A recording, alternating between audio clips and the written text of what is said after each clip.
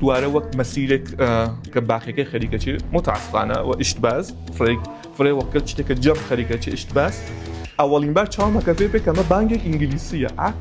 دەی تازە زانین کە ئەها ئەمە ئسپانسەرەکەی باشکای لیڤەرپوڵە یعنی ئەگەر ژنیان پێم بدایە وامە دواتریشەوە ئەم کرد فرە حەزەکەم جنسێ دەغدەغەگەل بنیامەکانمان لە نەزەرە کارە و لە نەزەرە لەڤڵە و بێتە هاوسەتحێ تاپگە لە دنیا.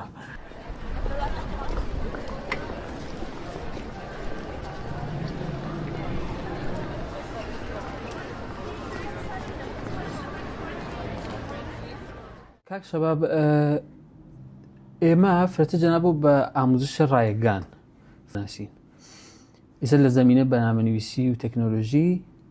هەم دۆرەگەرێکتان بووگە حضوری هەم دۆرەگەرێک لە یوتیوب و کە مخاتبتان ئەوێتە ئەفرادێ سنە خوار هەم دانشاموز هەم دانشجوو وە کوردیشە یعنی مخاتبەکەتان تەبیعەتەن ئەوێتە کورد وە لە زەمینە بەنامەنویسی هەست و ئیتر نازانم بەغێر ئەز ئەویش ئەگەر بوو بە زەحمەت تۆزەحم بۆەوە سوالەکەم ئەمەسە بە مەشروعیکەین ئیتە خۆتان ورودکەنە ئەو بەحسا ئەوسە کێ بەخاتر چا زوان کوردیتان انتخاب کردگە و بەخاتر چا ئەو سنتانە انتخاب کردگە سن خوار لە خەمەتانە عەرزکەم لە ئەوڵەوە کە بدونە هیچ پلەنێک ئەم کارمانە ئەنجام دا سادقانەگەرەکەم وێ بێژم هەروە محتەواگەلێکمان ئامادە کرد و دامانیە شەیرمان کرد بازێ وەختگەل بەخاتر جەژنانە بازێ وەختگەل بوتکەمگەلێک کە بەرگوزارمە کرد ڤیدۆکانم زەبتە کرد وە لەناو ئاپاراتە دامەنیاوە لێ وردە کاتینە بەرەو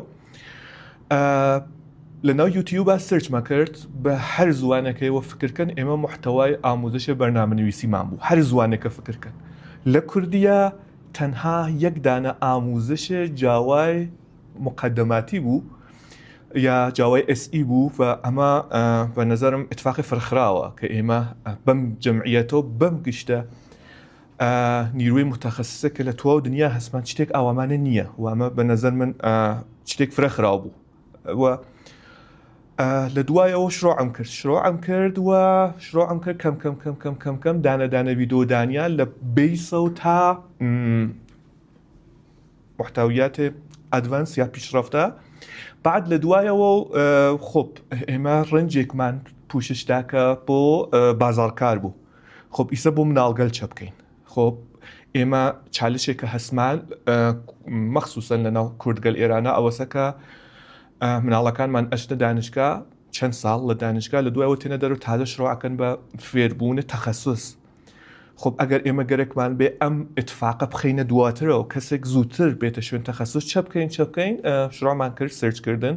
لە مۆردێک کە لە دنیا خەریکە چه ئتفاقێکە کەفێ پلەتفۆرم گەلێکمان پیا کرد کە ئاموزشی بەرنامەنویسی بە مناڵگەلە و دووسێ دانەیمان انتخاب کرد و دوارە هەل لەناو ئەو کاناڵە هانیسا بۆ ئەمڕا بۆ ڕەنجی سنیە 5 ساڵ بەمان خۆب چەلەنجە تریش کە هەسمان ئەوەسە خۆب بەخاترە ئەرزشە پوڵی خوارێک کە ئێمە هەسمان خۆ فلەی لە مناڵگەل لەپتاب و کامپیوتریان نییە ئەم چالشە چەپێکەین خۆب هاتینە سەروەختەوە کە بەرنامەنویسی لەبان مۆبایل یا تەبلێتەوە ئێرائەبین ئاموزشەکەی و تەسمیمانگەر پلەتفۆرمێکیش انتخاب بکەین کە لەبان مۆبایل و تەبلێتەوە ئیجرابێ و ئەمە بووە باعث ئەوە کە محتەویاتێکە لە قەبلەوە بوومان هاتی مناڵەکانیشمان پێی ئیزافە کرد و ئەلعان کاناڵی هانیس لە ڕەنجی سنیە 5 ساڵ بەبان محتەویاتی هەست بۆ ئاموزشی بەرنامەنویسی بە هەر کەسێک بە هەر ڕەنجی سنیەک فرعلی پس یعنی ئێوە هەر وەک داسان خۆمان لەم پادکەستە خەلایەکتان دیکە لە زوان کوردی حتا بە زوان کوردی تورکیش کە ئەوانیش نیان بوو بەڵێ واقعا نەبوو یعنی من کوردی بە توا زاراوەکانی سرچمەکە شتێکم نادۆزیەوە و پێم ناخۆش بوو شتێک ئتفاقێک ئاوە بم جەمعیەتەوە ئێمە لە ناو یوتیوبە لە ناو ئەنواع و ئەقسام پادکەستکە لە شەو تاکگە لە هەسمان خۆب کوردێک تێ ها لە ناسا کارەکە کوردێکمانە سا لە گوگڵە خۆب ئامانە ئۆکەی من گەیمەسە بانترین لێڤڵ خۆب کۆمەڵگاکەم اجتماعەکەم ئەمانە چە یعنی هەرچیت بووە بۆ خۆم بووەوە بعد لە نەزەر منەوە ئەمانە من ناتوانم ناوی بنم پیشرەفت چۆن دانشەکە لەم دۆرە و زەمانە ئەوە ئاسانەوە بووگەسەوە بە دەست هاوردنی کە من فکرەکەم ئەگەر یەک نەفەر لە شرایطێک نۆرماڵە بێت فرە ڕاحەتەتانە دانەی ئەوانە بەدەست بێرێ کە خۆیشم چووم و لەو بانگ ئینگلیسیە گەیم پێ وەزانیم کە چەندێ ڕاحەت باقی وڵاتەکانتر فرە ڕاحەتەتان ئەوە پۆزیشن گەلێ بگرن. ئەمە باعث بوو کە من فکرکەمەوە کە شتێک گەورەتر لە ناو مەسیر زندگی منە هەست فقط کار نییە. کار تا جێگەیک ئینسان ئێرزاکە لە جێگێک بەبعاتەوە فکرەکەیتەوە کە خۆپ من خوایەک کە منی خەلق کردگە منی کورد خەلق کردگە هەدەف ئەمە چێز یعنی ئەچمە شوێن ئەوە تماشایەکەمە وێنم کە شتێک فرە سەرترە لە ئەوەی کە من بڕم لە فڵانە شرکتێکا کارکەم من بڕم لە گوگڵا کارکەم لە ئیکسا لە ئیگرێکا کارکەم لە دوای 6 مانگەوە لە دوای 7 مانگەوە بگەین بەم نەتیجە ئەمە ئەو چتە گەورە بوو کە من فکرم پێ کردە و نەواقعان گەورە نییە تووا ئەوانە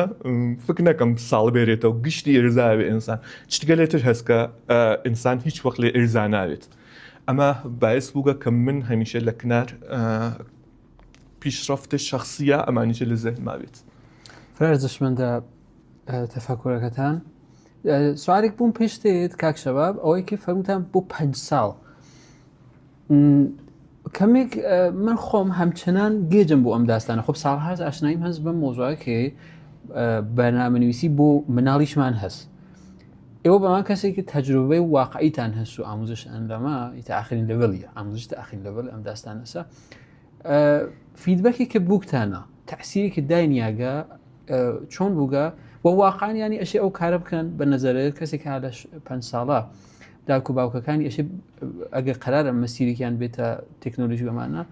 ئایا ئەشێ بیانێرن بۆ بەنامویسی ئاسان چەند لەڤڵێکەوە ئەرێ بڕوانن ئێمە بین جۆرێتر تماشای ماجراکەین ئێمە یەک نەفەر بۆچە فێر بەرنامەنویسیەکەین خب ئەوەڵین جوایە وەسە کە تەخەسوسی بەدەست بێرەوە شڕۆ بە کارکردن کات خب بین جۆرێتر فکری لێکەینەوە ئێمە مناڵێک وەختی تەبلت یا موبایل ئاینە دەستی و چه کارێک ئەنجامات خب خۆی بە چۆ سەرگەرمەکات وەختێک گوگل پلیک ئەنینە اختیار مناڵێک ئاپاراتێک ئەنینە اختیاری یوتیوبێک ئەنینە اختیاری چاکە ئەم مناڵە خب ماشێ محتەویاتێکە کات کە سەری گەرمەکات ئێمە چە بکەین کە هەم سەرگەرمکردنەکەیمان بێت و هەم فێر مناڵێ بکەین کە کارێک بتوانێت بشکنێت ئیدێک لە ناو زەهنیا بتوانێت ئیجرا بکە خۆ بەعنوان مثال چەند ساڵ لەمەوبەر اتفاقی کەف لە ناو شار خۆمانەوە بوو کە تانکرێک چەپی کرد و سوختێک کە بووی باعث ئەوە بوو کە ئاگرێک بەرپابێ و خەسارەتێکیدا خۆ فرێک لە مناڵگەل ئەمەیانە دیگە من لە بیرمە ئەو عانەکە لە ناو سنا ئێمە تاوسانێک ئاموزش بەرنامەنویسی بە مناڵمانەدا لە ئینتهای دۆرەکە و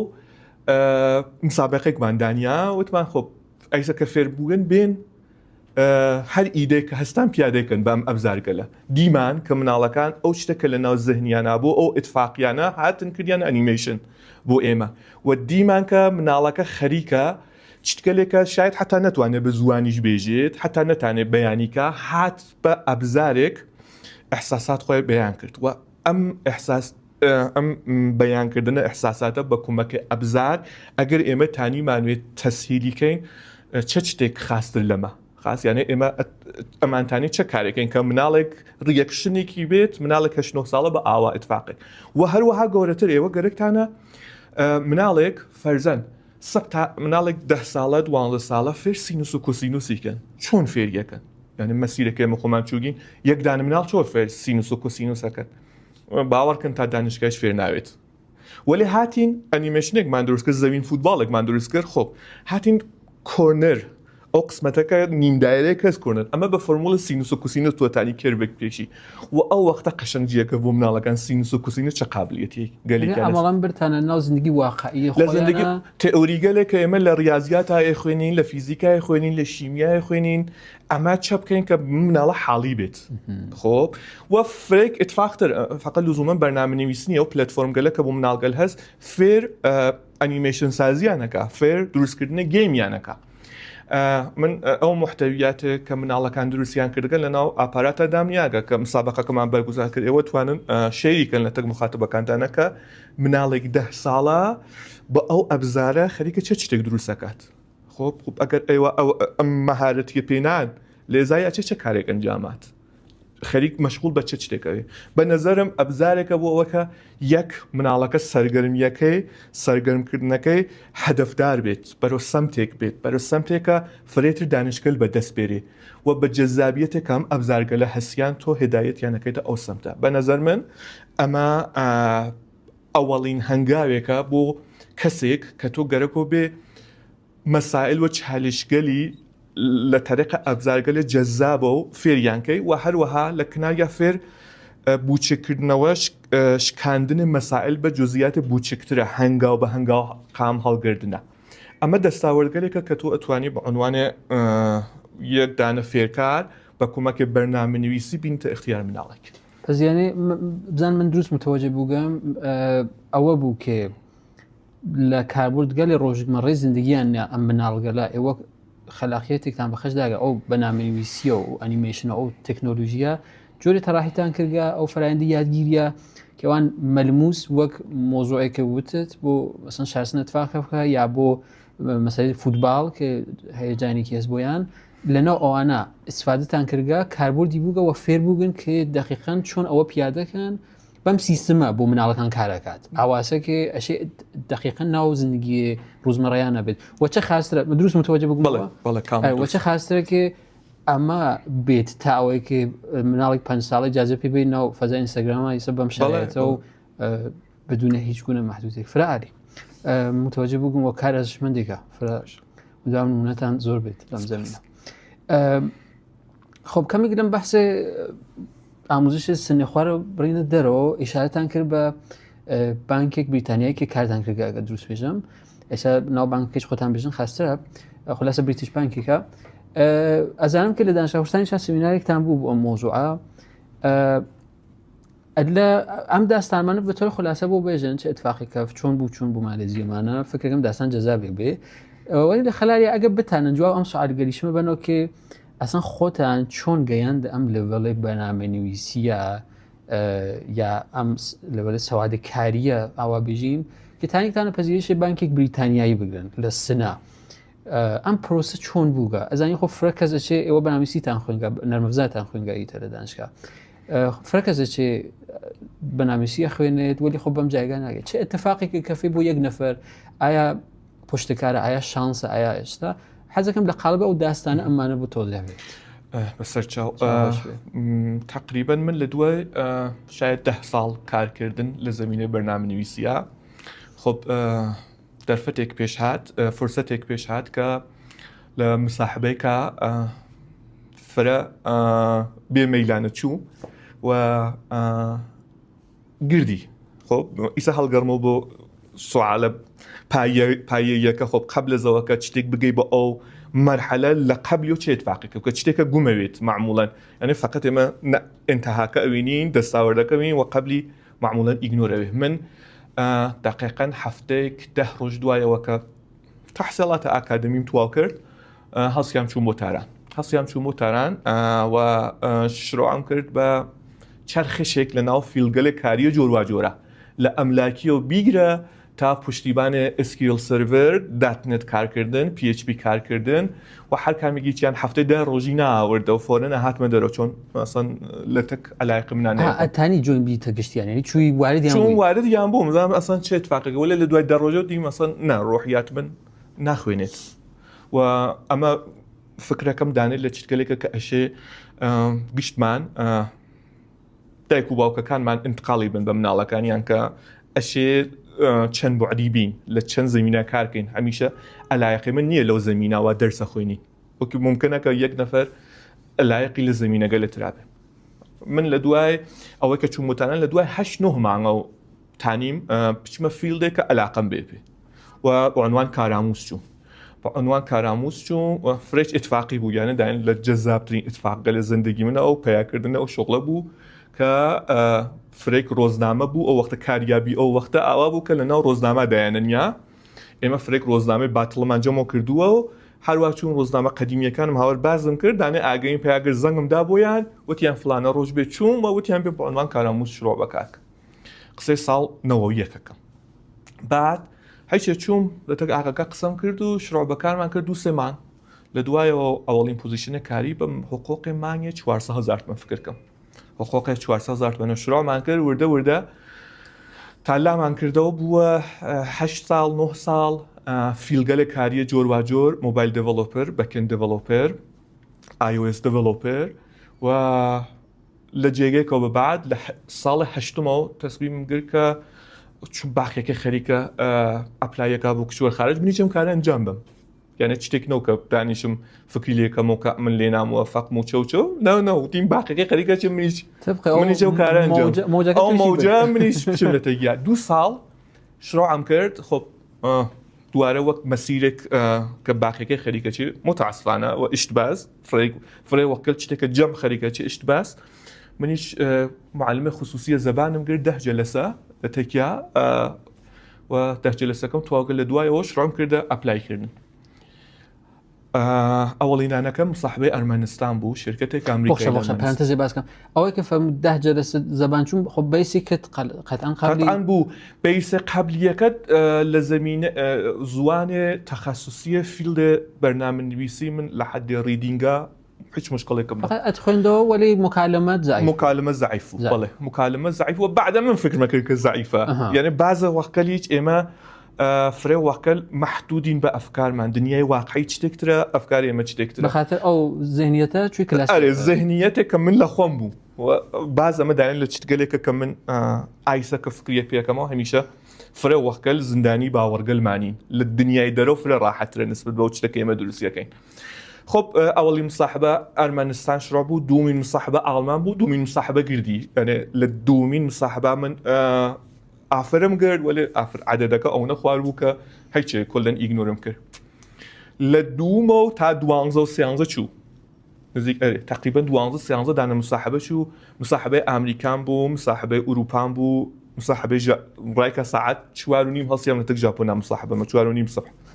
گشت ئامان مەبوو و خۆ بازێکی ئەیگرت بازێکی نەیەگرت و پڕی بوو لە تەجروبە و ئەوە شتێک نییە کە من بیکەمە فۆرموڵێک بژم ئام فۆرموڵە سەنە هەر دانەیەکیان دنیای خۆیانیان بوو دانێک بوو 5 مەرحلە مصاحبە بوو دانێک بوو مصاحباتی ئەلگۆریتمیک بوو دانێک بوو فقط من قسەمەکە لە تەکیا لە قاڵبێ شاید قسەکردنە دوو دانە ڕەفێقێ کە خەریکن لە مۆرد تەخەسوسێک و قساکەن ئاوا چوە بەرەو و شتێکە حەزەکەم شەیری بکەم لە تەگشتیە ئەوەسەکە هیچ وەخت ناتانین فۆرموڵی بپێچین بژین ئامە مەراحلەکان یەجا لە دوایەمەوە نە بۆ مصاحبە وانە بۆ مصاحبە سوالەکان ئەوە بوو کە بۆ مصاحبە چ تەوسیگوێت خۆ ئاسان فۆرموڵ یەکێ نییە بە نەزەر من ئینسان شروعکا بە عەزمون و خەتا فرە خاسترە تاوەی کە گوێچکە بات و بعد بنم کارگەلە خب ده 12 دانە مصاحبە چوین و لە ناویە فرێک سەختی 4 مەرحلە 5 مەرحلە نازانم ئایسە تەسکەکە بوونێنی خۆب تەسکەکە 2 ڕۆژ دانیشتی تەسکەکە پیادەکە لاخرە فڕاحەت ڕیجێکتەوە ئیتر ئستاپم کرد واقعاً لە جێگەکە ئستاپم نەگەیە نەتیجە وێڵیک بەڵکە بعد شتێک فرە جالب ئەوە بوو کە ئەم دە 12 دانە لڤڵە شرکەتەکان حدەکسەر متەوەست بوو یعنی سایز و ئسکێڵە کارەکان یان فرە متەوەست بوو و شاید بازێ لە کارەکان هێنان فرە گەورەتر بووای لە کارەکان ئەوە خۆب بعد ئستاپم کرد و ڕۆژێکە لەسەر کارەوە دانێک هەندی پەیامی کێنار بوو من لە ناو واتسەپە من فلانیم لە فلانە شرکەتەوە ئێمە جەزبە نیرومان هەست بۆ مالزی بۆ فلانە بانک لە قبلیش ئەمە بێژم من فقط ئەمەمە گەرەک بوو کە ئەوەڵین فقط دانە شرکەتی خارجی بگرم لڤڵەکەی ئەسڵەن بۆ مهمنەوە فقط ئەوە کە جوین بم ساڵێک ئازمون و خەتاکەم و بعد لە دوایەوە بۆ لڤڵگەل بانتر و بعدیش ئێژم مهم نەوکە شرکەتەکە چ بێ ئەم ئاغا هەندیە هات من لە سەرکار بووم پەیامی دا پێم لە دوایەوە جەلسەیەک فەنییان دانیا جەلسە فەنیەکە سادەترین مصاحبەی خارجی من بوو فرە سادە بوو شتێکیش بێژم ئەم ئتفاقە ئوردیبەهشتە 2 ساڵ لەمەوە بەر ئوردیبەهشتە فەروەردینە 2 ساڵ لەمەوە بەر ئتفاق کەفت من لەناو تحتیڵات فەروەردینە کتێوێک 1400 صفحەیوم لە زەمینێک بەرنامەنویسیە خوێندبوو جەلسەی ئەوەڵ مصاحبە فەنیەکە ڕاحەت بەرگوزار بوو هاتینە جەلسەی دووم لە جەلسەی دوومە سوالێکی لە من پرسی ئەو مەسئول فەنیەکە کە من ئەو کتێوەکە 1400 صفحەیەکە کە خوێندوم فقط جەرەقەیەکی داوە من 5 دقیقە جواوە سوالما داوە لە ڕووی ئەو کتێوە کە چەند مانگ لەمەوە بەرخوەندوم و بعد بە نێخوایتر هیچ سوالێکی نەپرسی ئستاپی کرد بعد سبحایا من چوومە سەر کار چە ئینتەرنێتەکەم قەت بوو ئینتەرنێتەکەم وەسەگەتیم دەدانە میسکاڵ خواردگیە چە پەیامی داوە کە فڵانی قبول بووگی لە مصاحبەکە و تۆ واکسنی کۆرۆنای کە وەشانکتە بینێرە بۆ ئێمە کە ئێمە پرۆسەکە شڕاکەین جایتر منیش ئەوە مصاحبە قەبلیەکان کە وە ئاوا لەڤڵ گەلێکۆ ڕەدەو بووە و منیش هەروەتم باشە هەناردم بعد چ دیم جزئیاتە شرکەتەکەی هەناردگە بۆم نامەیە ئەوەی کە ئەولا قبولیان کردگەوە حتمما پرۆسەکە فایناڵە و تواوە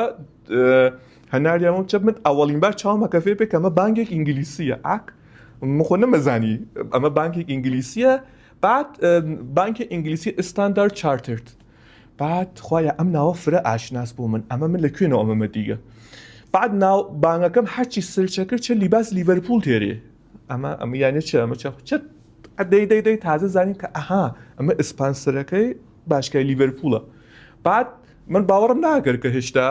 لە ئاوا بانگێکە جز بووگەم هەر پێیان بەدا بە کاڕێگە ئەمە هەرو بانگەسە باوەمە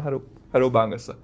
و ئیتر لە پرۆسێک تقریبا 1 مانگ و 2 مانگا مەدارک کوشتەمان هەر ئاپلۆد کرد تەرجمەی مەدارک و ئەم جۆرە چیتکەلەوە گەیە ئەو جێگە کە ئیتر چین بۆ مالەزی و لەو بانگا شڕۆ بەکارم کرد فرەجارە بوو جواب چەندان لە سوالەکان ئایندەیەکم گرت لەناو ئینەکەتانە فرە شیرین بە زوان خۆتان تەوزیحتاندا و فکرەکەم دەرسێک فرە لە ناویا بوو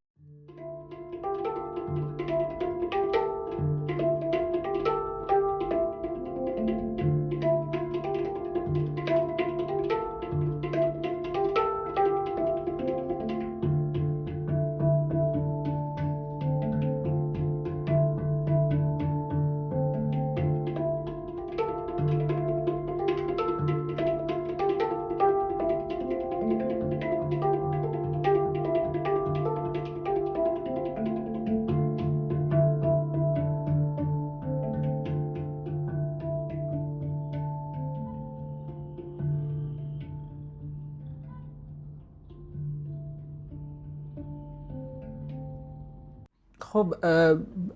تا هەینە ناوەم بەحسا ئەوە بژین کە چۆن بوو تەشریف ئاوردۆ چۆن فرەکەس ئەو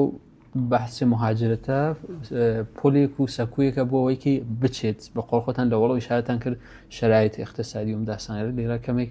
نابسامانە بنسبەتی جێگەرترەوە ئەگە مقایسەی بێژی دەرواقع فرێژ نابسامانە چۆن ئەوێت کە کەسێک وەک ئێوە ئەوێت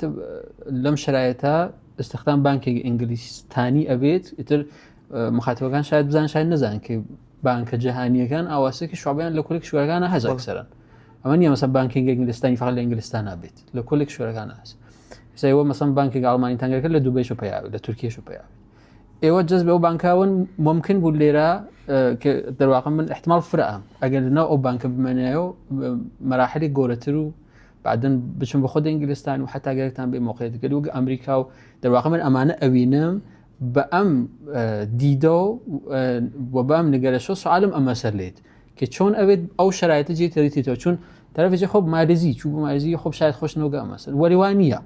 ورود بە مالزیەکە جۆرە بووگەتەوە بۆ بانکێک ئینگلیستانی کە یەکی لە مهمترین بانکە دنیاست لە کنارم چالشکەلەوە کە فەرمووتان یەک نەفەر ئەو وێڵەکە تێتەوە من سریە جوزیاتریی پیزافەکەم من لە مالزیە ئاوایسە فکری لەکەمەوە جێگەیەکتر لە دنیا ئەگەر قرار بێت من لایف ئستایلە زندگیم شەبیه مالزی بێ بەغێر از ئەمریکا هیچ جێگەیتر وا ناوێت خب یانە چە تماشاکەن ئەگەر ئێمە بە یەک نەفەر بێژین چاو بووەسە فکرکەرەوە ئایسە لە خۆشترین جێگەی دنیا هایتە خۆشترین جێگەی دنیا سب لە خەو هەڵەسی پەنجەرەکەت بازەکەی پەنجەرەکەت ڕوو بە کوێنەس ئەگەر بێژم ئەوەڵین و دوومین نیست دقیقاً سێوەمین گزینە ئەو گزینەسە کە ئێمە لە مالزیە لە ناوی زندگیمان کردگە ئێمە ماڵەکەمان لە مالزیە جۆرێک بووکە لە بۆرجێکا زندگیمان نەکرد کە وەختێ پەنجەرەکەمان بازە کرد ڤیوی ڕوبەڕووی ماڵەکەمان زەوین گۆڵف بوو خاص ینی لاکچریترین سبکە زندگی دنیامان تەبیعەتێک فۆقڵادەیە ئەسڵەن تەبیعەتەکە شماڵ ئێران لە نەزەرا بگرن سەد بەرابەر سەرسەوزتر ئەمە هیچێ طبقه پنجم برجەکەمان ئستەخر و باشگای وەرزشی بوو، یعنی من هەر ڕۆژ لە دوای تایمکاریەوە ئەچوان بۆ باشگای وەرزشیە کە بوو ڕایگانیش بوو حەتیشتە ناو ئەو برجە. گەرەکەم بوو پچمە سەرکار شتێک وەک ئسنەپیان بوو لێنا بەناو گرەب بە خواردترین هەزینەی کە فکریکەن تقریبا نزیک هەزینەی ئێران بوو. بعد لەو سەرۆگەرەکەم و بێمە ماڵ سریە ئۆتۆبوسگەل بوو لە ناو مالێزیا کە کۆلان ڕایگان بوو، یانە تا نزیکی ماڵ ئەمانی هاورد. آخر هەفتەگەر ئەچوین بۆ مجتەمەعگەلێک کە فقط برەندبازی بوو. ئاواسە بە زندگیکمان بوو و بعد ئەمە لە کەنارێ حقوقێک فرەخاس ئایسە حقوقەکەش عەرزەکەم لە خەمەتانە. متوسط دەرامەدە مردمە مالێزی 5500 ڕینگێت بوو. ڕینگێت ئەو وەختە 11000 تمەن ئێران بوو، ئیسە احتماڵەن نزیک 20 شتێک کردوێتەوە. متوسطەکە 5500 بوو، من حقوقم 14500 بوو. یعنی لە چه جێگەیگا ماڵمان گرد و چه سەبک زندگی هەرچیکمان هەزینا کرد باز کۆڵێک ئەماوە، یعنی ئاوا لایف ستایلێ. خۆب لە کنارەوەکە خۆب لێڤەڵگەل کاریچ لە نەزەر کاریچەوە لە خەمەتانە عەرزکەم خۆب ئەو بانگە ئەو وەختە 46مین بانگێک گەورەی دنیا بوو، ئایسە 41 یا 2 لە 70 کیشوەرە دنیا 1000 دانە شۆعبەی بوو. یعنی ئێمە لە ناو جەلەساتێکا کە دانیشتین مەسەڵەن پرۆداکت ئۆنەرێک کانادایی هات، پرۆداکت ئۆنەرێک ئافریقای جنوبی ئەهات، ئێمە چوینە ناو جەلەس ئەچەرخیە، پرۆداکت ئۆنەرێک ئێماراتیە هات، پرۆداکت ئۆنەرێک ئوسترالیایی هات. یعنی ذهنیەتەکەمان ئاوا، یعنی کارێک کە ئەمنجاممانەدا ئاوا شقڵێک. حتا من لە فرێک لە هەندیەکان هاوکارەکانمان قسەمە کرد، شاید بۆ کەسێکیش کە لە خارجە کشوەرە کارکە ئەوە شتێک پێش نەیت کە تۆ ئاوا جێگەیەک لە توا و دنیا بتوانیت تەعامڵت بێ. خۆب ئەمانمە وت کە بێژم لە چە سەبک زندگیەکە و چە شتێک بوو. ئەمانە لەزەتەکانی بۆ من چەند مانگ فرێتر کێشی نەهات، یعنی شاید بێژم 3 مانگی ناوەردە و 3 مانگی ناوەردە بۆ خێزانی چم شاید 4-5 مانگ ئەو جۆرەکە خۆی قساکە خاص، یعنی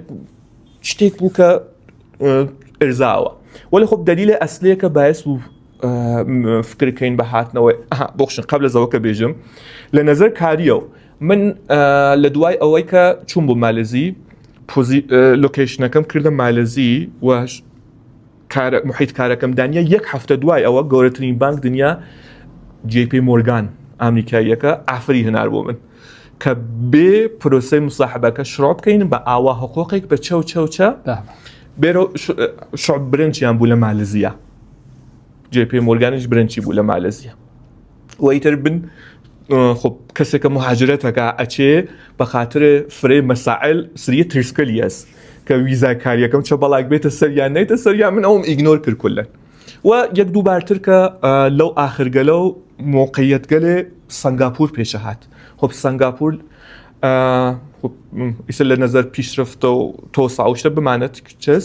لە نەزەرێ ئەرزشە پوڵیە و دولارەکەی لە دوای دولار ئەمریکا بە ئەرزشترین دولاری دنیاست. یعنی ئەوتانی لە سنگاپورە ئافرێ بگری کە دەرامەدەکەت نزیک دەرامەد ئەمریکا بێ. بعد سنگاپور لە تەک مالێزیە بە سواری 4 ساعت فاصلە بوو. وە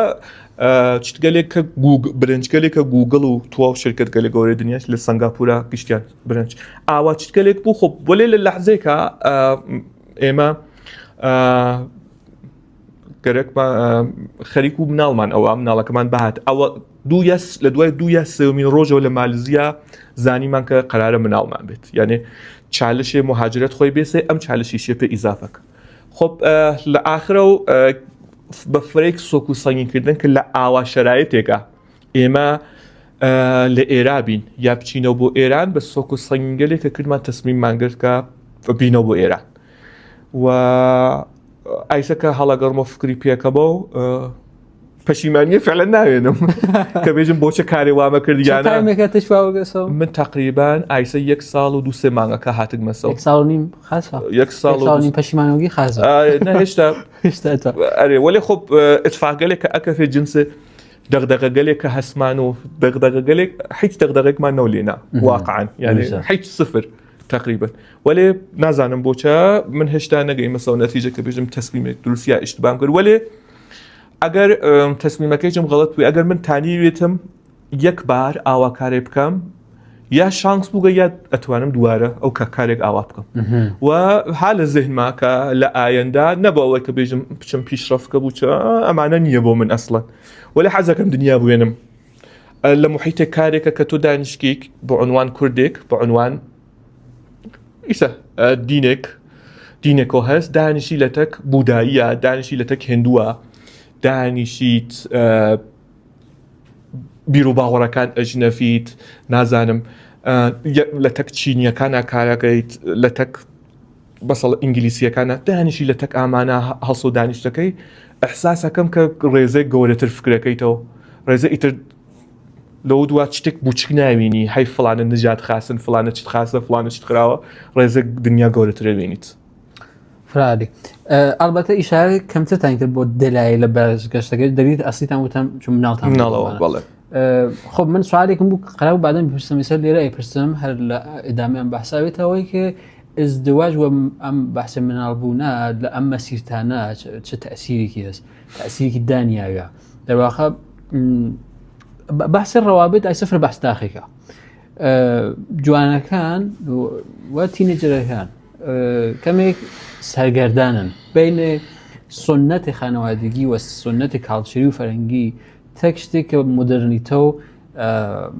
بەرەخەر فەرهەنگێک جەدید کە خەریکە بە هەرچی جێگە سرایەتەکات خاست و خراوی من ئەسڵ بەحسی ناکەم تقریبا لێنە و ئاوا گیریان کردگا فشاری خانەوادگی تا حدێک بەم شکڵەشەی بێت ئیزە بازم خانەوادەکان کۆتا هاتکن لە زەمینگەرێکە لە هینەکان خۆیانە ئەمە شاید ڕاکۆشا بێت جواو ئێوە کە بەحسی ئەزدواج و ئەمانە ئەڵبەتە بۆ هەر کەسێک شەخسی ئەم داستانە وەڵێ فکرەکەم ئەتانێک شتکاری نوکتەگەرێکمان پێ بێژی کە چه تەئسیرێکی لە مەسیری کاری دانیاگە مەسەڵەن ئایا بووگە مانەیە پیشرەفتە کاریتان ئەزدواج یا بووگە باعث لە زێن خۆتانە یعنی ئەو شتێکی ئایسە مروریکەنەوە ئەزدواج و مناڵ خانەوادە بەڵێ لە خەمە تا عەرز بکەم کە ئەزدواج بۆ شەخصی من ئەگەر گەرەکم بێ تماشای ڕزومە بکەم کە ئەزدواجەکە هاتکە شیبەکەی بردکە سەخوار یا بردێکی سەبانتر بە شەخصە بۆ من بردێکی سەبانتر یانێ تماشاکە ئینسان هەڵەگەڕێتەوە بۆم بیرۆکردنە کە تۆ ئینسان لە قاڵبێک چا بیوێنیت ئینسان لە قاڵبێ ئەوە بیوێنی کە فقط کار فقط پیشرەفت فقط بەرەوبەرچوون فقط حقوقی بانتر نازانم چی بانتر ئەگەر ئینسان لەم بۆعدۆ فقط تماشاکەی ئەم ئینسانە لە دوای فرەکەم لە دوای 2-3 ساڵە و کەمترین ئازارێک کە ئەوێنێ بەرناوتەوێ یعنی فەرسوودگیەک کە فەرسوودگی شغلی بێژین فەرسوودگی کاری بێژین بە نظر مەشێ ئینسان لە چەند بۆعدۆ تماشاکە ئەم ئینسانەشێ لە چەند بۆعدۆ پیشرەفتکە نیازگەلێکە یەک دانە ئینسانەسی فقط کار نییە کار بەڵێ مهمە لە مهمبوونیە من هیچ بەحسێکم نییە وەلە سەد نییە باشە تۆ یەک دانە ئینسان نیازیست لە سەختیگەل لە تاڵیگەلە کارە دانێتر لە کناریەوە بێت کە بێت ئەو تاڵیگەلە باڵانسکە ئەم ئینسانە ئینسانی نییە کە لە دوای 10 ساڵە بژێتەوە ئینسانێکە کە ئەشێت 40 ساڵ ئەدامە بە کاری ئینسانێکەشێت تا 60-70 بچێت ئایا ئەم ئینسانە بدونە هاوسەر ئەچێت بیر و باوەڕ شخصی من ئەمەسەکە نەخێر ناتوانێت بچێت ئەگەر هیچ بچێت بە چه کەیفیەتێکەوە ئەچێ لە چه جێگێکا چه ئتفاقلێکی بووە کەفێ نەزەر شخصیە من ئەمەسەکە نەخێر ناکریە بۆ شخص خودێ من لە خەمەتانە عەرزکەم ئەگەر بێم لە 1 تا 13 ساڵە کاری تماشا بکەم لە مەقتعگەلێکە بەڵێ بووگە عەزیەت بووگین من گەرەکەم بێت بە جزئیاتەوە بێژم لە مەقتعێکا بووگە وەختێ من زەماوەنم کردگە بووگە کە مانگێک 200,000 تۆن پوڵ کەممان هاوردگە 1-2 ساڵ زندگی پوڵمان پەسەندازەکرد کە بتوانین تەبلێتێک بزێنین بۆخشە چەند ساڵ ئەزدواجتان کردگە من حدود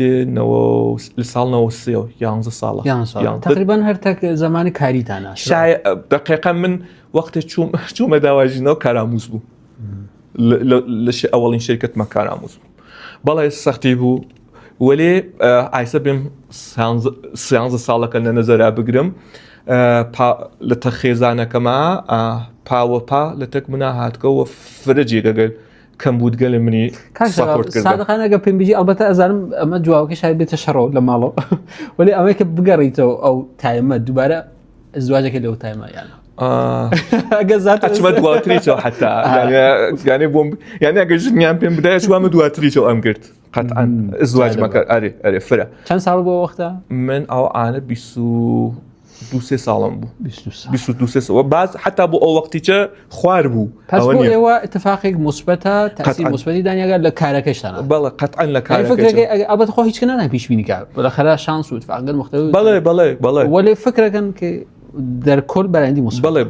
بەرز و نزمی بووگە ئەرستانم کرد مثڵەن 1-2 ساڵ ئەوڵ واقعاً سەخت بوو واقعاً فرە سەخت بوو لە تارانە زندگیمانە کرد خەرج و مەخارج بان بعد خەرج و مەخارج ئزدواج جارە چ خۆب ئەمە گۆشێک لە زەهن دەرگیرەکە گۆشەی لە زەهنە تۆ گەرەکۆ بێدای بنی بۆ شتێکتر قەتعاً دەرگیریەکە وەلێ نا لە 13 ساڵە تماشام کرد تماشایکەم ئێژم نەفرە مثبت بووگە فرە لە جێگەگەلێکە من دەرگی کارەوە مەشی یەک نەفەر باتە کە منی دەرباوەدای لە کارەکە منی دەرباوەدای منی ببردە بۆ سمتێک کە ئەنرژیەکەم لە دوای 10 ساڵە توانەوێ ئەنرژیەکە کێشی بێت تا 20 ساڵ فقط بە کارکردنەکە کێشی نایت دانێتر هەستکە ئەو پارتنەرە و نەخشیە بووگە کە ئەنرژی توێ حەز ناکەم لە کەلیمەی پارتنەر شتێکە ئایسە ئێژنەوە هاوسەر هاوژین ئەمە چترە بۆ من و بعد تێتە پای مناڵ بۆ مناڵەکە قەتعاً خۆ من لە یەک ساڵێکە گوزەریاگە 1 ساڵ و 1 مانگێکە گوزەریاگە لەوەی کە کەنیشکەکەم هات کەسە دنیا باعث 1 ساڵەکە بوێنم نەخێر بازم هەڵگەڕمەوە و بێژم تعریفم لە پیشرفت چە بێت تعریفم لە بەرەوچوونەوە چە بێت تعریفم لە دەرامەت چە بێت ئەمانەت دابنیشم بەڕەسیکەم و هەمیشەی فکرم پێکردگەسە و بازم تەسیرینەوە گە دانێک مناڵێک هاتکە کە ئەو لەزەتگەلەوە لە کار بردگمە دای بنمە کەفێک لە تەرازوو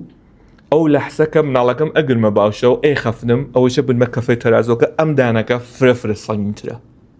هەڵەگەڕێتەوە بۆ ئەوە کە باز ئینسانەکە تۆ گەرەکۆ بێت لە چەند بۆعدە و پیشرفتی بوێنی ئەو ئینسانە کە مناڵیە دنیا چۆن ئەوێنێت خۆب ئەو کەسە کە مناڵیەوێ دنیا ئاواوێنێت چایەکە فێدە ئینسانێکتر ئەگەر باوک بێ ئەوێنێ کە ئەو باوکە ممکنە کە دوێ شەو تا ساعت 3 نەخەفتوێ مناڵەکەی نەخۆش بێت خەریکە مناڵ پەروەرداکە باشە ئاوا دیدێک و بە باقی ئینسانەکانتر ئەوێت وەلێ ئەگەر مناڵەوێ خۆ باس تۆ دنیا چۆن ئەوێنی ئەمە لە نەزەر منە و پیشرفتێک لە بوعدەتر لە ئینسانە کە تەداخلێک ناوێنم یانێ نەم دیگە کە بێژم باعث بووێ کە کارەکەم ئوفتی پیا کردوێ و بعدیش ئینسان خۆ هەمیشە نییە لە نقطەی ئەوجە سینوسەکە نییە لە بانەوە هەمیشە بان و خواری هەست باشە کەسێک و گەرەک بێ هەمیشە لە بانەوە بێت ئەمە بەنظر اتفاق ناکەفێ هەر چه ئینسانە هەمیشە ها لە بانەوە ئەنە ئێمە بین بەکگراوندێ ئینسانگەلێک گەورەی دنیایش ببینین هەمیشە نەون لە بانەوە بەرز و نەزمیان بووکە جۆرە تریش ئەگەر ئەیسە بم کاریش ماشایەکەم لە 1 ساڵ وردەیەک گوزەشتا کە من مناڵم بووگە لە کنار کارەکەمەوە کارێکە ئەنجام داگە لە تارانە خۆب تانیکمە دوودانە وەرکشاپ لە کورسانە بەرگوزارکەم لە تارانە لە تەکبانک مەرکەزی ئێرانە دوودانێتر کارگان بێت و چەندین نەفەری چم جەمۆ کردوێتە فێر بەرنامەنویسیم کردوێ هەڵگەڕمەوە تماشای بکەم ئەوێنم نە واقعاً ئەسەری نۆگە یعنی لە نەزەر کاریەکەیش منیچەوە ئەسەری وای ئەسەرێک کە بێژم ناوی بنم ئۆفتی یا هاتنە خوارەوە نا شتێک وا من نەدیگە هێشتا ئەم دیدگاتە فرەرزشمەندە مەخصوصاً کاک شەباب ئایسا ئێوە بە شناختێک کەمێک کە من هەسم لە ئێوە ممکنە کەمێک لە قاڵب بێ اعتقاداتی شخصیشتان و ئەم مەسایلە تەسیری دانیا بێت پۆڕەنگ بێت و فرە ئەرزشمەندە ویشە بەخێر اعتقاد شخصی خۆتانە ئەمە شاید ئەمە بۆ مخاطب جالب بێ ئەم مۆزوع بێژم لە دیت خۆمەوە ئایسا لە ئەمریکایشەوە مەخصوص لە منتخاباتە ئاخرەوە اتفاقێکە کە فرە لە مۆردی مۆزوع خانەوادەوەمانە مانۆڕ دەریە ئەو سەمتەکە کە دموکرات و چەپ و ئەمانە بوون متهم بوون بە وەکو بیباندۆباری و اعتیاد مناڵەکانیان و حتا مناڵ بایدن و مناڵ هەریس و عکسیان پەخشە کردو ئەمانە معتاد بوون ئەزدواج ناکەن خانەوادە تەشکیل نان دوچار بیبندوباری و ئەمانە بووگەن لەم تەرەفەوە سمتە ئیسا خۆیان چەپ و ڕازیتەوە متهمن بە کۆمونیستی و بەست ڕاست و ملیگرایی ئەفرادی کار مەسەڵەن بەوەیەوە نییە خەریکم ئەمە ئێژم تفکر برنده لآمریکا ایسا آوابو مثل آمریکاش بالاخره جامعه گیدانیه ولی نماده پیشرفت و سرزمین فرصت آماسا تفکر برنده لینو با 70% رای اما بو تشکیل خانواده اتفاقا یعنی قشنگ خریک لینو برعکسه تو داستانه زمانی بشدت چقینا او موضوع بیبندوباری ولی ایسا آوای پیتید من ایجم کاملا اما صرف نظر لاعتقادات شخصی خریکم فاکتیگ ایجم فاکتیگ آماری بالاخره ترامپ 70% رای هاورگا بخشی لورایه من آوا بینم که خود خانواده ترامپ لینا مثلا شعافی کنه که اوکی ما خانواده من آواسا اما کنیش ترامپ اوج شوکه اما من علکانیه کسی که معنیه که آوا بید حتی ایلان ماسکش که حمایتی کل ترامپ دوانزده دائم نالیس معتقده به فرزند آوری معتقده به خانواده دروز حتی دانیک دم علکانی که تغییر جنسیتی دا به شدت ناراحت لم داستانه یکی انگیزه گری حدوتی من حمایت قام ترامپ هذا قالك نيفر بحسب كبير ربط كان ولي ياك ما موضوع كم اول لديديك تيشو من بيجم در واقع چراقوي خمم ملي كي اوايشه هز اونيه كفكر كينو كاك شباب كي مثلا سري اعتقاداتي بو خوي كم محكم ترى لا امام لا او زميني بالاخره مذهبي بيا هرچيك بيت او افكاراتو ام سمتكشي اواسا واما بو من فرجالبه كي خريك تلاقي اتفاق كفيت لينو خريك ديديغان بيكون نزيغه كفيتو وام بحث همچنان داخل الدنيا و فكره كم هالدروسه كي وس ارامش بشر هالو بالاخره لنهايته بقول خذ تو سيمانك ماليزي او زرق برخي او داستاني ابو ممتاز بعنوان تجربهك من سريه بيرو باور قلبو خب سريكي ل خانواده هاتو سريكي لكومالغا هاتو خب لنا جامعه ايران خريكو كم رنگتره واو وقت چومه مالزی وقت جماعتی نمید چاپیکف چندین برابر سنگینتره و سفت و سخت در من چت مدی مثلا خانواده مدی مثلا باوکه 24-5 سالی بو دایکه 21-2 سالی بو 3 دانه من آلیان بو خاص خب اما چکارس او چکارس کنجکاو هم که اما ایسا خریک چه کاری اما قبل او تشریف بوینا فکر وکرد که عواب استحکامی نوید خانواده لینا او دید ما نزید بعض مالزی که خب کشوره که مسلمانه او فکر نکرد نه بیشتر منظورم چتکلی اعتقادات کلی ناوی بنم اعتقاد کلی که جامعه دایه اعتقاد کلی که دین دایه امانه چتکلی که خریکو کم رنگ تر واو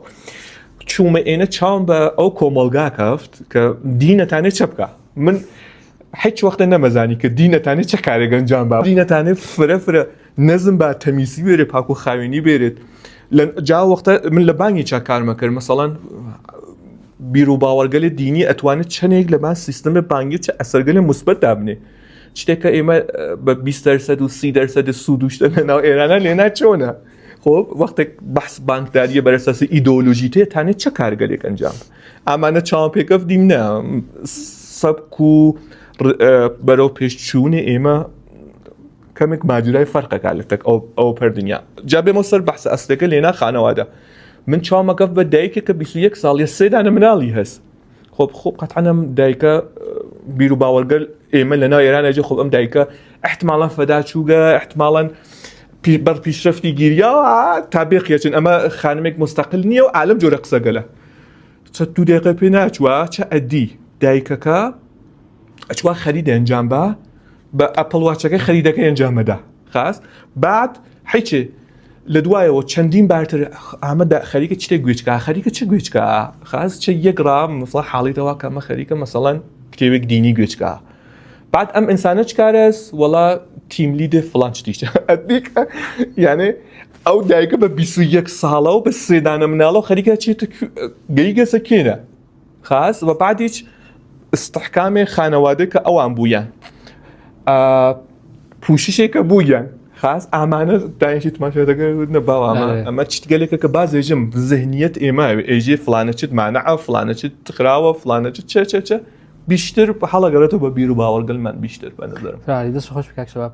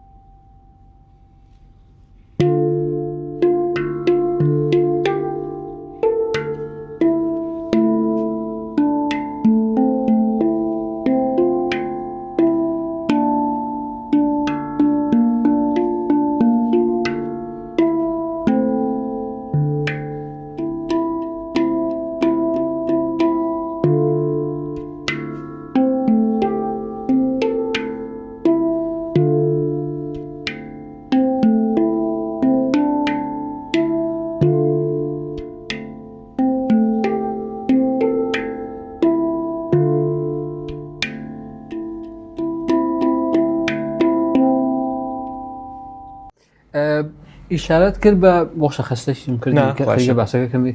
داختریش بووگە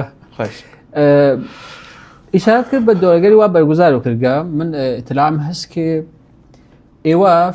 فرە ئۆپنن بۆ ئەم داستانە مەخصوصەن لە شار خۆمانە سنە و کوردەواری و ئەمانە و بعدەن تاران دۆرەی فرەتان بەرگوزار کردگە من نەفەرێک ڕەفیق مشتەرەکمان گەڕاندیۆک بۆمان کە قرار بووگە تەشی بێرم بۆ سنە چەند 10 ساڵ پێش ئەمانە تقریبان گەرەکتان بووگە ئسنەب تازە هاتکە کامڵ تۆزیح بن کە ئسنەب چۆن کارەکات یعنی مەسەن لە بازێک فرەکۆتا کە ئسنەب هاتکە گشتمان سەرمان سوورما و هەنووز نەمانەزانین چۆن ئیسفادەی لێ بکەین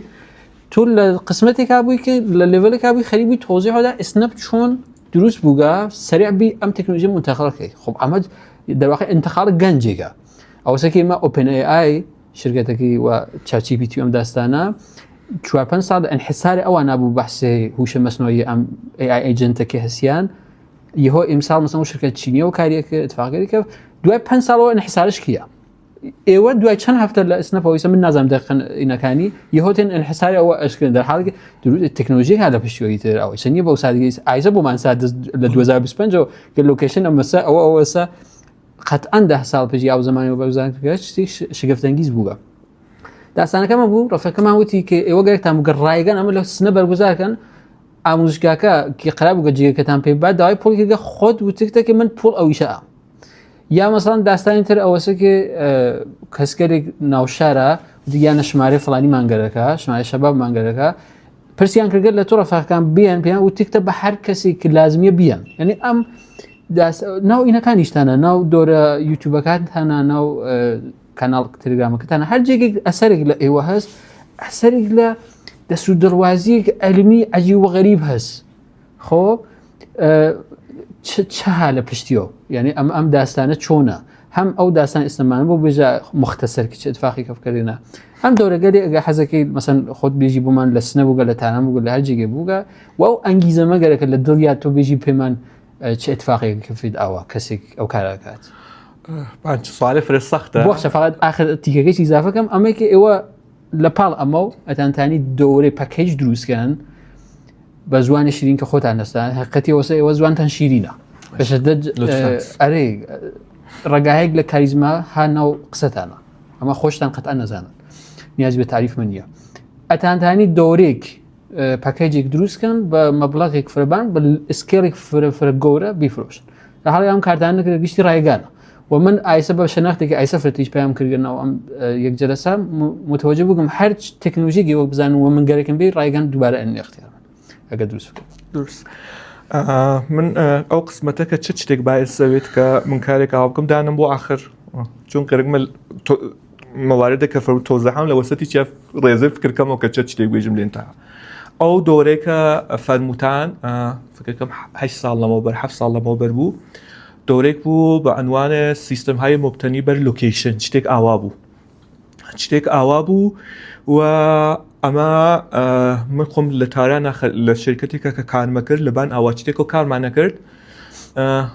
بۆ خۆدە منیش جدید بوو شتێک ئاوا جدید بوو دانیشتم ئەو وەختە خۆ دانیشە ئەو وەختیشە وەک ئالعانە و یوتیوب حەچێک وەگەرگە سرچکەی فۆرن بیترێت ChatGPT بەیلێ بهترین ئەو عانە ئەسڵەن وانە هیچێکنەوە کتێب انتشارات مەنینگ و ئۆریەلی و پەکێت و ئامانە بوون مەجبور بووی کتێوەکانیان ئەیسە کتێوەکانیشیان پسێنی فریەکەی پیا بێت نەوێت نەهایەتەن گیتابێ بێت یان نەوێت خۆ من کتێوێکم گیر هاورد کتێوێک 700 سەفحەی بوو دانیشتم خۆم کامەڵ 100 دیم خوێند لەو 700 سەفحە شاید بێژم 10-12 دانە دەستورە پڕکاربردی بوو کە کولێ هەر ئالعانیش ئسنەپ و ئوبریش هەر بەو 12 دانە تۆ سرویسەکانیان پوشیچە دریە ئەو 12 دانەمە ئامادە کرد دانیشتم لە شرکەتا پیادە سازیم کرد وتم خۆ بێرەوە تا ئەمەیچە شێرکەم لە تەک شتێکا کە ئەو وەختە ئەمریکا خەریکە دنیای ئوبەر خەریکەتێ و دنیای سیستمگەل مبتەری بە لۆکیشن خەریکەتێ ئەو وەختە فکرمە کردەوە کە ئەمە دنیاگرێ قەتەن و بعد شتێکم ئامادە کرد نازانم ئەو وەختە تەلەگرام بوو یا چه پلەتفۆرمێتر بوو لێنا پۆستەرێکی چەند فرست سەریع ئامادە کرد خۆم بە ئەبزارگەلێکە لەبەردەستما بوو ئامادەم کرد و بعد دورێ ئەرێ مەسڵەن مختلف لۆکیشن و ئەم جۆرە چتگەلەوە بعد دیم بۆ ئەو ساڵە چتیچی خاص بوو یعنی مخاطبێکی خاص بوو و هاتین دۆرەکەمان بەرگوزار کرد مۆردێک کە فەرموتان بۆ هەزینەی دۆرەکان ئێمە چالش فرەمان هەست لەو زەمینەوە بۆ ئەوەی کە لۆکیشنێک انتخاب بکەین بعد خب مخاطبەکانمان ڕاحەت بێن بتوانن سەبت ناوکەن نازانم ماجراگەلێ فرە ئەوە سەختە ئەو کارە کە تواو ئێنەرژی من بەو سمتاجێ یعنی هەمیشە ئەوە بگوم کە فەزاکە ئامادەکەی لە تەک فڵانیا قسە بکەی لەسەر فڵانە ساعتە هەرچیشتە ئامادە بێ لەو دووە خب لە خلالە شتێکێکە کە بەرگوزاریەکەی ئیسا ئینتەرنێت نییە هەوا سەردە نازانم گەرمە تا ئەچی ئەوانە دروستەکە نیم ساعت لە شتەکە تۆ ئەمانشە گشتی ڕایگان بە قەرارەی بێ هیچ ئەنگیزێک عەدەدی نییە لە پشتیەوە بەخوا ئەنگیزە عەدەدی تا ئەلعان شتێک ئەگەریش بووێ لە ئاخرەوە هەزینەکەیی وەسە سەرفێ کارێکمان کردگە یعنی فەکەم یەک دوو دانە بووگە کە پوڵمان سندەوە بعدیی سەر ناکەم سەر بەسەر بی فەکەکەم منفیت یعنی هەمیشە تۆ ئەشێت لە باخەڵ خۆش تۆ شتێک بینی قەتعان ئەوەسا چۆن ئێژم ئەگەر ئاوانەوێ تا من بێم لە تە کەسێکا قسە بکەم کە من گەرەک بە کارێک ئاوا بکەم ئاوانیەتێک مەز گەرەکمە ئاوا ئەمە زمانێکەوە کە پوڵەکە بەی فرە خاسترە یعنی یەک و نیمەکە بەی هەزینەکە بەی فرە خاستر تا بچی ئەنرژی دابنی ئیسە تەرەف چەڕ یەکشنێکی بێ نەبێ ئەمە بە تەجروبە گەیە پێم کە پوڵەکە دابنی فرە منطقی باخەڵ خۆتە هەزینەکە فرە منطقیترە ئەشی دۆرەکانتان کاک شەباب نەنووسن ڕایگان بنووسن دۆرەی منفیە ئاوەردەی منفیس لە نظر پولیۆ بژی بەڵێ وەڵێ خۆب ئاوەردەکانی لە بەرترەوە ئشارە پێکەم کە نەتیجەی ئامانەگەی گەسە کوێن نەتیجەگەی خۆب ئەو دۆرە بە نظرم فرە جەزاب بوو تقریبا جزء ئەوڵین دۆرەگەلی منیش بوو شاید چوارمین یا پەنجمین دانەی بێت بعد لە مۆردی هەزینەی دۆرەکانی چۆ ئێمە لە تەکدانەی لە سازمانەکانە قسەمان کردو کە ئاوا ئەتفاقی کەفێ ناو من یاژنەفتە وتیان نە ناو من یاژنەفتە وتویان نە چوینە شتێکە شفرە ئشارەی پێکەم بە دەستخۆشیە حساویان لێ بکەم موەسسەی نەوژین کە لە زەمینە زوان کوردی و شتە قساکەن ئەوان فەزاکەیان ڕایگان یا اختیارێمە و ئەو وەختە کە هیچ سازمان و ئۆرگانی نێدا ئەوان دەیان بێمە بە هاوکاری کاکە شاهد و خێزانی ئەم فرسەتیانە بۆ ئێمە ئیجاد کرد کە ئێمە ئەو دۆرە بەرگوزارکەین وە فرە هەمیشە پشتیبانمان بوون ساپۆرتمانیان کردگە لە نەزەر مەکان وشتەوە و وردە هاتینە بەرەو دۆرەگەلتر شتێکە ها لە پشت ئەمانەوە کە چه شتێک من هانات هەوڵمات کە ئاوا کارێ بکەم یەک ئەوەی کە جایگای وڵاتمان یەک لە ناو ئێرانە و بانتریش بچین لە ناو دنیا چه جایگایەکمان هەست چه دەغدەغە گەلێکمانە چه چالشگەلێکمان هەست شتێکە حەزەکەم ئەو چالشگەلە نەوێت ئەمە ئەوڵین شتێکە کە من هەوڵات کە کارێک ئاوا بکەم و بعد دانشێک فرە حەزەکەم جنسێ دەغدەغەگەل بنیامەکانمان لە نەزەرە کارە و لە نەزەرە لەڤڵە و بێتە هاوسەتحێ تاپگە لە دنیا ئیسا بە ئەنازەی خۆم بە تەوانە خۆم ئەتانم یەک ئپسیلۆن جابجێکم بۆچە نێ بکەم ئەمەیچە ئامڵێترەکە بایسەوەکەەوە کارنجام و بعد دانە تریچی ئایتەمەتریکی خۆشەویستی وڵات شتێکە حەزی پێەکەم من فرێت لە عمرم لە سنەیچ نەوگەم زمانێ بە خاطر شغل باوکم زمانە دانیشتجویی و زمانێکی شت چاوم کەف کەسە ئەم ناو ئێران و بعدێکی خارج ئێران شتێکە دیگمە فکرم کرد کەسەوە کە بە بەرنامە نووسیەتانین فرەی لە چتگەل جوبرانەکەینەوە فرەی لە عقب افتادگی گەل جوبرانەکەینەوە و شتێکە یەک نەفەر شتێکە یەک وڵات جوانەکان یەک وڵات بە 3 مانگ ئەتانن بگەین پێ و خۆیان بێر نەبان و لە دوای 3-4 ساڵە بگەین بە هاوڕە دەگەل یان لە تواو دنیا ئەمەچە شتێترەکە بایسەوەیکە ئەمە من هەوڵات کە ئەم کار ئەنجامەوە ئایتمەتریکی لەزەتێکە خۆم دیگمە وەختێ من ساڵ گوزەشتە دۆرێ من 1.5 ساڵ دەرگیر AI بووم لە مالزیۆ شڕۆعم کرد و دەرگیر AI بووم کارگەلێکە بە AI ئەنجامدا لەزەتگەلێکە بردم هەمیشە حەزم کردگە کە شەیریکەمەوە لەزەتە ئەو لەزەتکە بەم بە کەسێکتر ئەمێکە ئامەڵێتر بووگە کە باعث بووگە کە من ئەنجامدا وەخت ئیسە لەم مەسیرە کە هاتکەم سری خروجیشم دیگە وەختێ ئەو خروجی گەلمە دیگە کە یەک نەفەر بە 1.5 ساڵ یەک دانە ئینسان کەنیشکێک لە مەریوانە بە شڕۆکردن دەورەکانمان لە دوای 1.5 ساڵ تێت ئەگەیتە گەورەترین بانکی ئێران و لە گەورەترین بانکی ئێرانە ئەنجامە ئامانیشە دووارە ئاماڵێترە کە باعثەوە کە من فرترم کارگە لە ئەنجام بم کە بێن بێژم خۆ تماشای فڵانی کە ها لە مەریوانە تۆ کە های لە سنا لە نەزەر ئیمکان فرە های لە سەرترەوە ئەو بەنێخوا ها لە مەریوانە خۆ محدودیتگە لێ دانە کەنیشک لە مەریوانە نسبەت بە محدودیتگە لێ کەنیشکێک کە ها لە سنا ئاسمان و زەوین فەرقەکات و ئەوانیش باعث بووگن کە من هەوڵبات بۆەوە کە ئەم مەسیرە کە هاتکەم قەویتر بیومە بەرە. دەست خۆش بێ کاک شەباب ئیشارەت کرد بە زوانەکان بەنامنووسی و حوزەگەری تەکنۆلۆژی کاروکردگەرێکمان نییە فرە ئەمی قەوبینەوە چون حوزەی تەخصصی خۆ ئەزانم ئەگەر قاوی باسکەی فرە ساعتها تاین باسکەین لە مۆردیۆ چون مخاتبمان عمومی و جنراڵە فرە کولی و فرە خۆلاسە پێمان بێژە من ئەزانم تۆ کاناڵەکەت ئاموزشەکان لە زەمینی جاوا هەست جنێراتیڤ AI هەست فرانت ئێند هەست دێڤاپسە ماشین لێرنینگە دانێک دۆرە ئسپارکم دی لێت کە خەریبووی تۆزە هەیە ئانالیزی بیگ دێتا ناو شەبەکە اجتماعیەکان ئاوا پرسم سوالەکە ئێژن هوشە مەسنەوەی جایگوزین بەنامنووسی ئەوێت و ئەمانەوە بعد نەزەرگرفتنی ئەم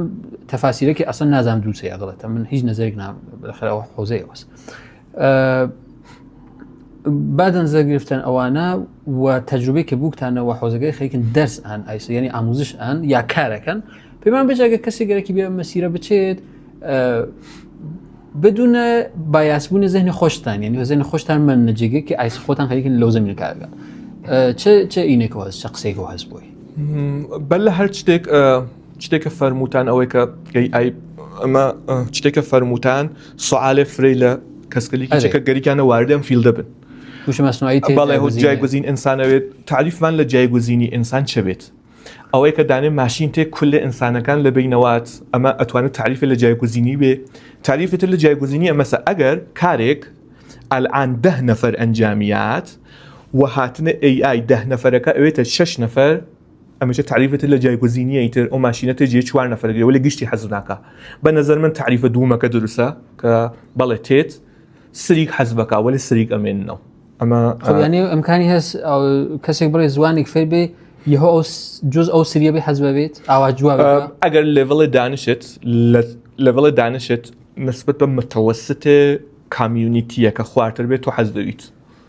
وەلی لێڤڵتبان بێت لێڤڵبان بێت تۆ ئەویتە ئەوەی کە ئەو ماشینە شتێکە تۆلیدیەکە لە ئاخر و یەک دانە ئینسانگەرێکی بێ ئەمە کانفرمێ ئەمە بات کە ئەمە دروستە تۆ ئەتانی لەو جێگەدا فکرەکەی ساڵهای دوورتر 2030 لەمانە ئەو لێوەربانیشە حەز بەبێت پیشبینیکردنێ ئەو لێڤڵبانە فرێ سەختە با تۆژ بە سینگولاریتی و مەسایل ئایسە تماشا بکەن من مثڵەن 10 ساڵ لەمەوبەر پیشبینی گەلێک کە بوو چە بوو و بعد چه ئتفاقی کەس ئەوینی کە ئەگەر بەڵێ ئەگەر حتا ئینسانەکەش حەزکە ئەوە زەمینەگەلتر ئیجاد دەکات کە ئینسانەکە ئەتوانێت لەو زەمینەگەلا شڕۆ بەکارکات خاص شتێک نییە کە بێژی ئینسان کولەن حەزب نا واقعان ئەمە نیە خۆ زەمانێ دەدانە ئینسان ئەچوانە باز زەوینە کەشاوەرزی تراکتۆر هات ئۆپراتۆری تراکتۆرەکە کییە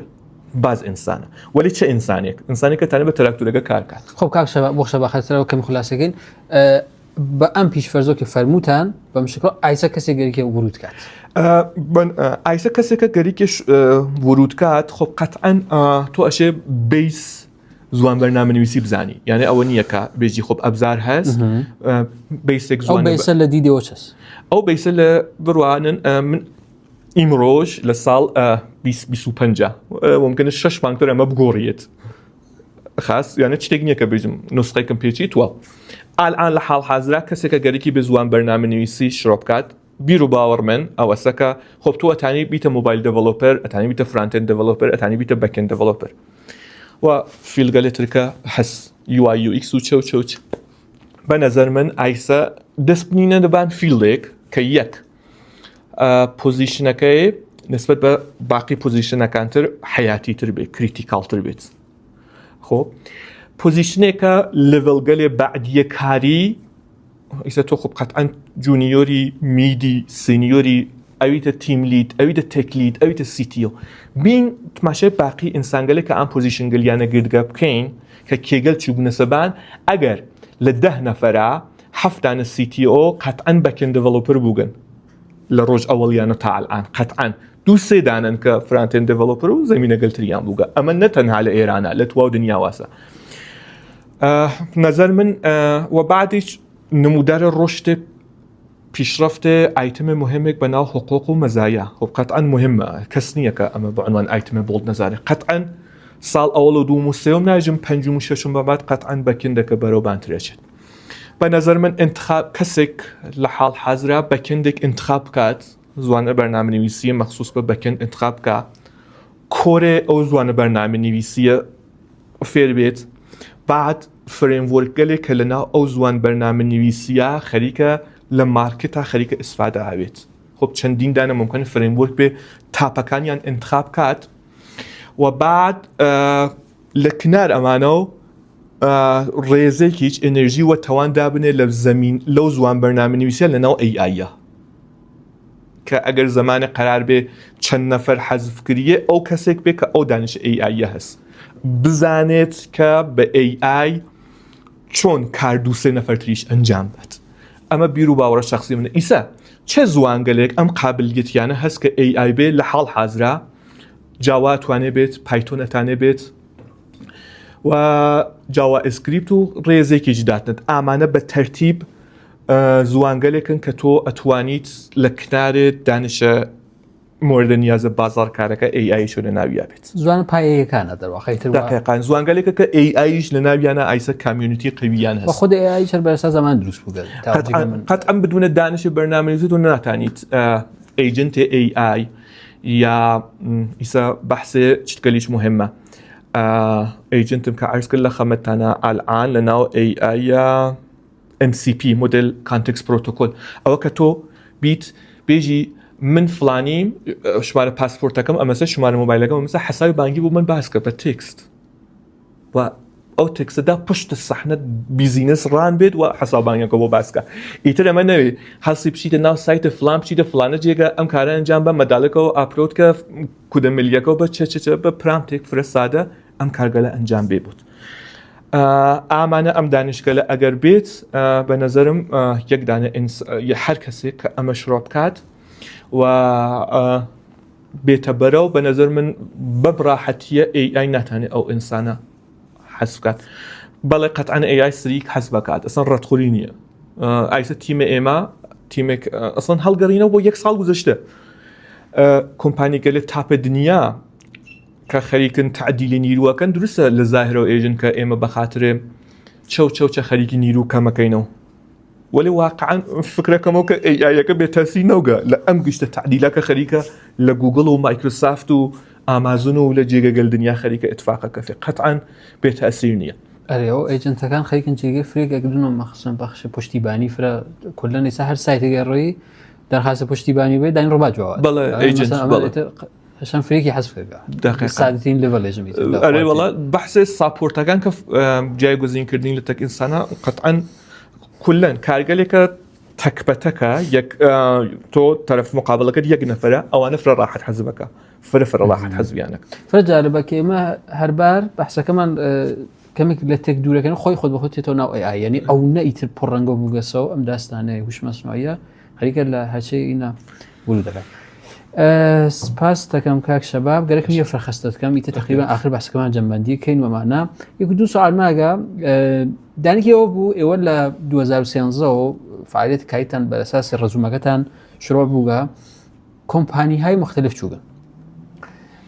بۆ دانێک وەک خۆدەی من سوالە کە ئەوەی کە حەستان کردگە تەجربە محور بن لە ئەم زەمینە بڕۆن ئێنە حەستان کردگە زێنتان باز بێت لە جێگەیەکەوە قفڵ نەون یا دەلیل ئەوەی کە مەسەڵەن بەفەرض حدود 10 دانە کۆمپانی ناوڕزومەتانە هەست کۆمپانیگەری مهم لە ئێران و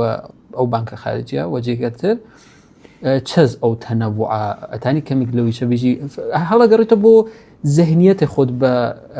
زندگی بەکاریاب چۆنە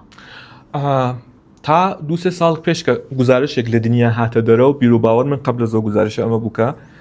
لە ئینتەهای یەک ساڵ کاریەوە لە ئینتەهای یەک ساڵ کاریە لە ئینتەهای یەک دانە قەراردادە کاریەوە وەختێک گەرەکمە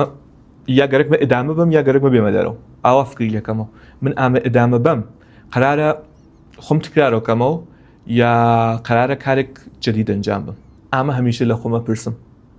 خۆب و تا ئەلان جوواوە بوو کە خۆ تکرارەکەیتەوە باعث بوو کە من بیگۆڕم ئەمە دلیلە ئەسلیەکە من بووگە و قەتعاً بێتاوانیش نەوگە ئەم بیر و باوەڕە یانە شاید ئەگەر من لە جێگەیکە مەسەڵەن بانترین جێگەی کە من تا ئەلان بووگم 1 ساڵ و 7 مانگ بووگە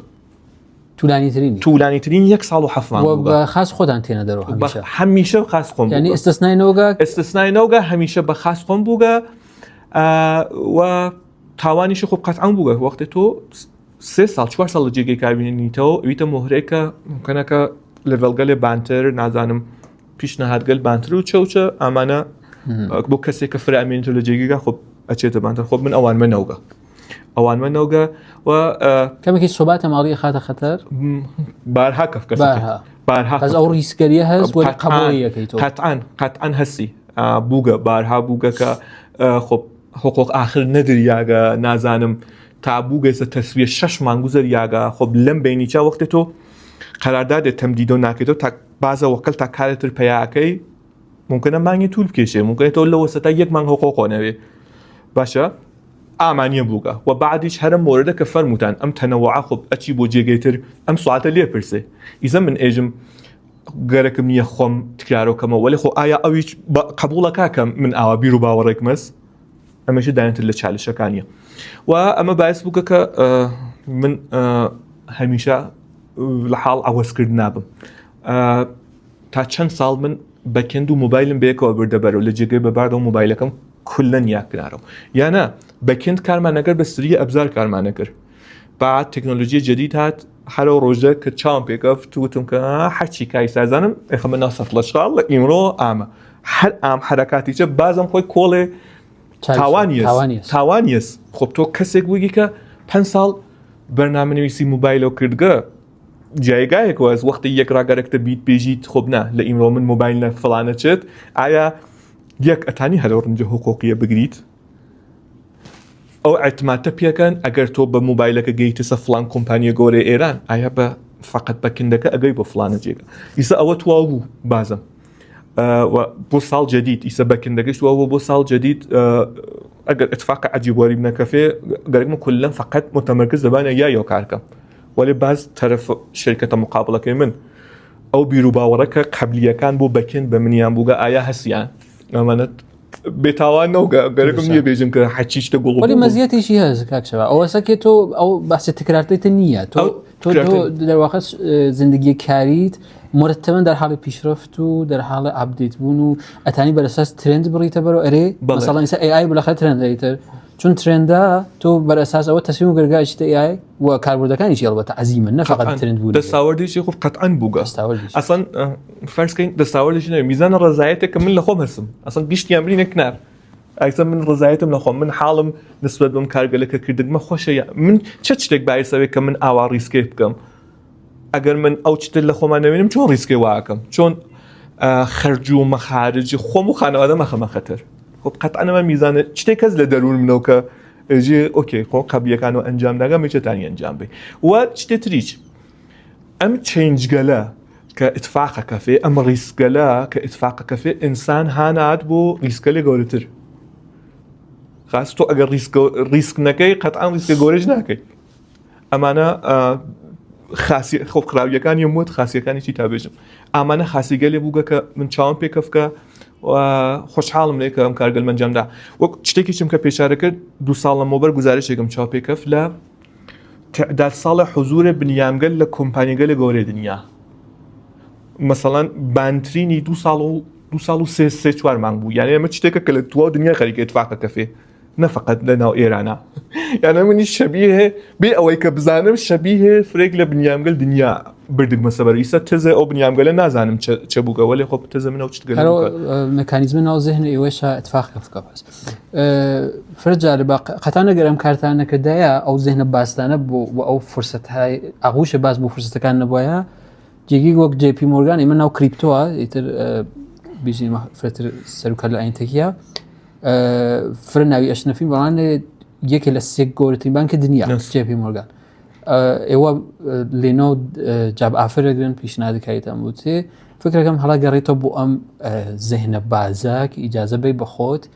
لە جێکۆ این نەبیت ئەوە مەزایایە بازم بەڵێ فرەخاسکاشەوە ئاخرین سوالی لە مۆڵ کتێب خوێندنەوە بوو و علاوە بە کتێب خوێندن ئەگەر تایمە خاڵتان بە شتێکە بزانن شاهد ڕەفیق مشترەکمان وتی کە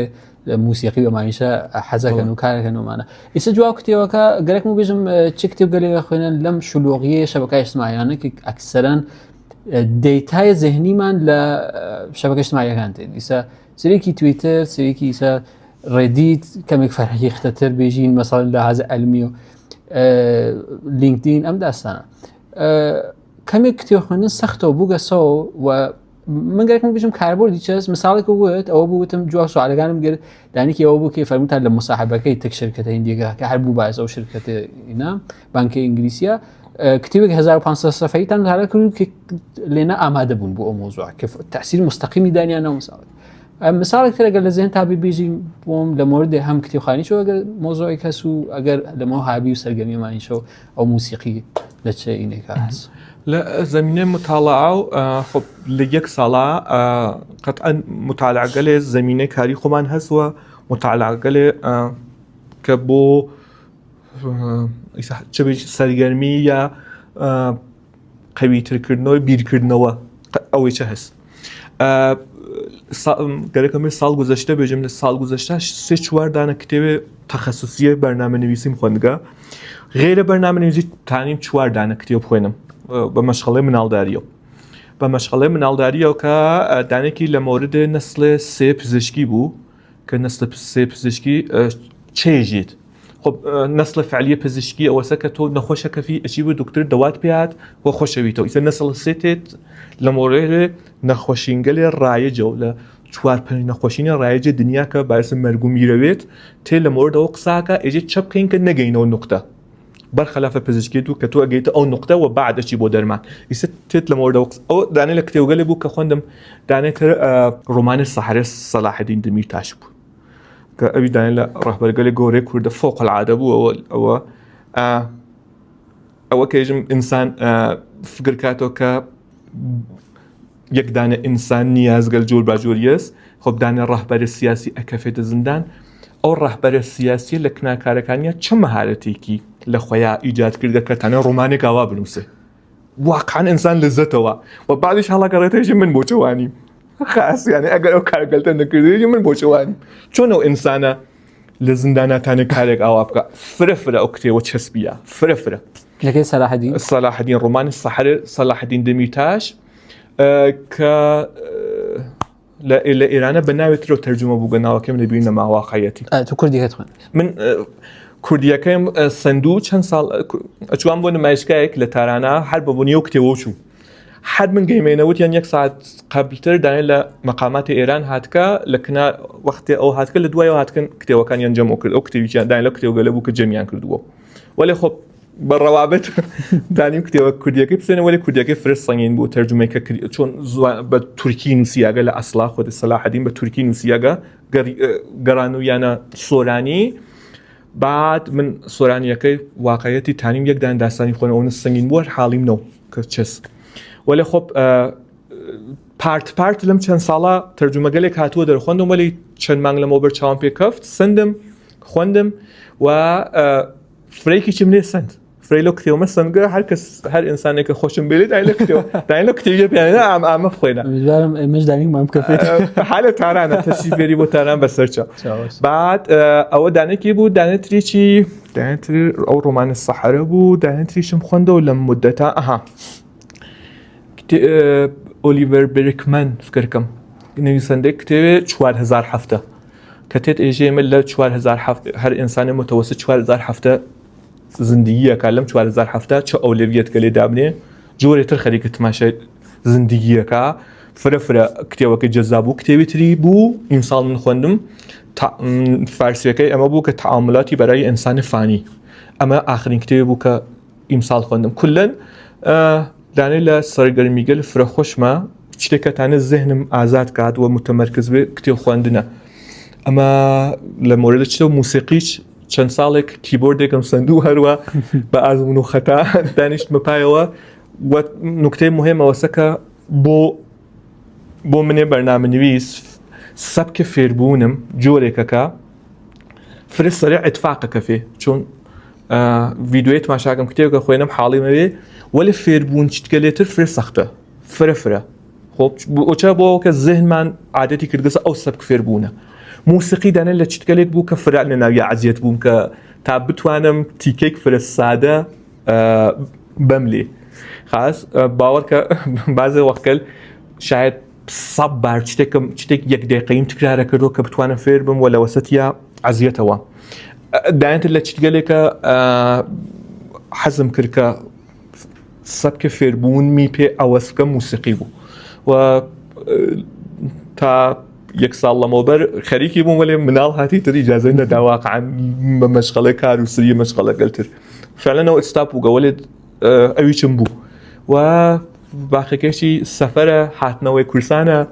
وەرکشاپ بەرگوزارکردنە ئەمانە ئەلایقێکە کە میدوانم فرسەتکە بۆ موسیقیەکە بە زووی هەڵگەڕینەوە دەرخاست و پێیان بینیم لە حەفلێ ڕێگانەوتنی بەسەر لەو ئاخرگەلەوە من پێهاتووە بزانتانی 8-9 دانە خاص فێر بووم دقیقەن 8-9 دانە فێر بووم ئەمتانی ساعتێ مەراسم بگەڕڵم بۆ تەوەلودێ ئەوکەیە ژمارەکەی پەخشە بوو گەزۆیتە بۆ بەنامەنوویسی زەرزەنگەین کاکشەوە بوو مەراسم ئەگەر ئەیای بێجێمان بگرێن مەجبورینەوە ئەوەڵین شتێکە کەچە بچینە سەر وەختی ئەویجە گریت ئاخرە ئەویش بەعید نییە ویش بگرێت کاکشەوە گەندە سەخۆش بێت تەشریف ئاوەت ئەزانم کە سەر و شرۆغە تەشریف و نییە لە سنا ئێمە لە تایمێ تعتیلات و